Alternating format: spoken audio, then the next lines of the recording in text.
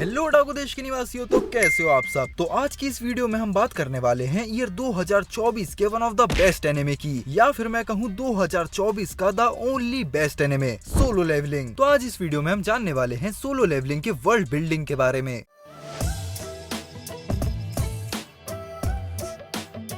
तो solo levelling की दुनिया भी हमारी दुनिया की तरह काम करती है। बस फिर एक दिन सडनली उस दुनिया में मैजिकल गेट्स अपीयर हो जाते हैं और किसी को कोई आइडिया नहीं होता कि ये सारे गेट्स कहाँ से आए हैं। इनफैक्ट कोई सा भी गेट कहीं से भी अपीयर होने लगता है। पहले तो सारे इंसान उन गेट के पास जाने से डरते थे, लेकिन ऐसा करना इंसानों को ही भारी पड़ गया, क्योंकि थोड़े समय में ही उन मैजिकल गेट्स के अंदर से मॉन्स्टर बाहर आने लगते हैं और इंसानों पे अटैक करने लगते हैं। इंसान उन मॉन्स्टर्स को टैकल करने की कोशिश करते हैं, लेकिन इंसानों के वेपन्स का उन मॉन्स्टर्स पे कोई असर नहीं होता। फिर लोगों को पता चलता है कि जब से ये गेट्स अपीयर हुए हैं तब से कुछ लोगों के अंदर कुछ मैजिकल पावर्स आ चुकी हैं, और जो भी अपने अंदर की मैजिकल पावर्स को अवेकन कर लेता है उन्हें ऑर्डर दिया जाता है कि वो लोग इन मॉन्स्टर से जाकर फाइट करें। और इनफैक्ट यही लोग केपेबल भी होते हैं इन मॉन्स्टर से फाइट करने के लिए, और आगे चलकर इन्हीं लोगों को दुनिया हंटर्स के नाम से जानती है। और इन्हीं हंटर्स को उनकी स्ट्रेंथ और पावर के आधार पे डिवाइड किया जाता है। तो मेरे कहने का मतलब ये है कि अगर किसी हंटर की बॉडी में सबसे ज्यादा मैजिकल पावर है तो उन्हें सबसे हाईएस्ट रैंक यानी कि एस रैंक दिया जाता है। फिर उसके नीचे है ए रैंक, फिर बी रैंक, सी रैंक, डी रैंक और सबसे लोएस्ट है ई रैंक। और सेम इसी तरह गेट्स को भी उनके थ्रेट लेवल के अनुसार डिफरेंशिएट किया गया है। फॉर एग्जांपल, यदि किसी गेट के अंदर बहुत ही स्ट्रॉन्ग मॉन्स्टर्स रहते हैं तो उन्हें एस रैंक गेट या फिर एस रैंक डंजन कहा जाता है। फिर उसके नीचे है A rank, B rank, C rank और फाइनली सबसे वीकेस्ट है ई रैंक डंजन।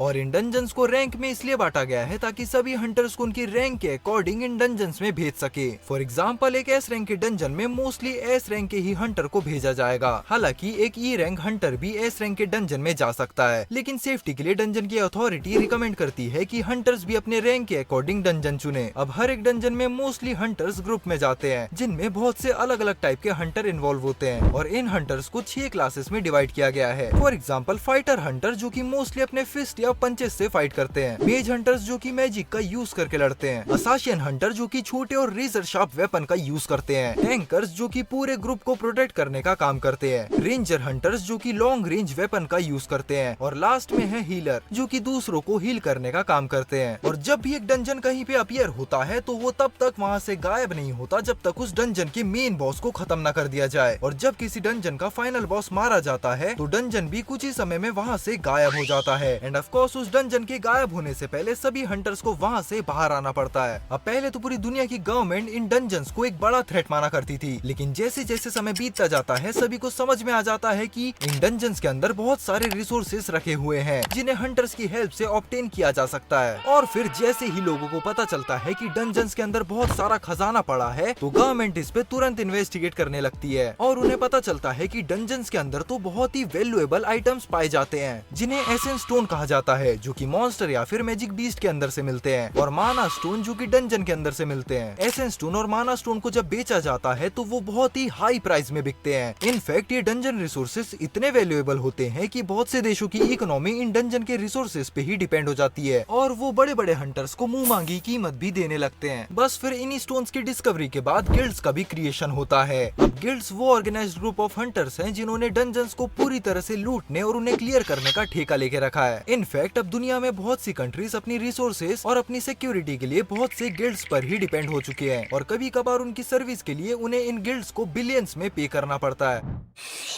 यार तू बहुत सही है यार। और अगर हम बात करें साउथ कोरिया के टॉप गिल्ड्स की, तो सबसे टॉप में है hunter guilds, fame guilds, white tiger guilds, grim reaper guilds और नाइट्स गिल्ड। वहीं पर अमेरिका में सबसे टॉप पर है स्कैवेंजर गिल्ड, जापान में सबसे टॉप पर है ड्रॉ सॉर्ड गिल्ड, और वहीं पे इंडिया में सबसे टॉप पर है अशुरा गिल्ड, जिसे सिद्धार्थ बच्चन नाम के एक एस रैंक हंटर ने क्रिएट किया है। अब यदि हम देखें तो ऐसा लगता है कि एक हंटर की जिंदगी बहुत ही लग्जूरियस है, क्योंकि वो सभी हंटर्स ग्रुप में रहते हैं, मॉन्स्टर से लड़ते हैं और डंजन में खजाना लूटते हैं। पर रियलिटी इसके टोटली ऑपोजिट है, क्योंकि टॉप के 1% हंटर और गिल्ड्स ही इस लग्जरी का फायदा उठा पाते हैं। बाकी सभी बचे हुए हंटर्स और गिल्ड को बहुत ही ज्यादा स्ट्रगल करना पड़ता है, और इनफैक्ट इस चीज को हमने अपने मेन प्रोटैगनिस्ट और साइड कैरेक्टर के साथ भी होते हुए देखा है, जहाँ पर वो हंटर सिर्फ अपनी मजबूरी की वजह से बनते हैं। बिकॉज जब आप एक हंटर बनते हो तब आपको government health care benefit, financial aid और डेथ इंश्योरेंस जैसी फैसिलिटीज देने लगती है, और यही रीजन है कि कुछ हंटर्स जिन्हें जॉब पसंद नहीं है वो भी इन फैसिलिटीज चीज के चलते हंटर की जॉब के लिए अप्लाई कर देते हैं और बस कुछ इसी तरह सोलो लेवलिंग की दुनिया काम करती है। और मुझे पता है कि मैंने काफी सारे टॉपिक को कवर नहीं किया है, जैसे डंजन एग्जैक्टली क्या है, वो कहाँ से अपीयर हुए, उन्हें कौन कंट्रोल कर रहा है और आखिर क्यों जिनवू इस सिस्टम का प्लेयर बनता है। और इन सभी चीजों को हम बारी बारी डिस्कस करेंगे, बिकॉज सारी चीजें एक ही वीडियो में कवर कर पाना बहुत ही मुश्किल है। सो नेक्स्ट टॉपिक क्या होगा और किस एनिमे पे होगा, इस चीज का फैसला आप लोग करिए। तो कमेंट करके बताओ कि आप किस एनिमे में इंटरेस्टेड हो।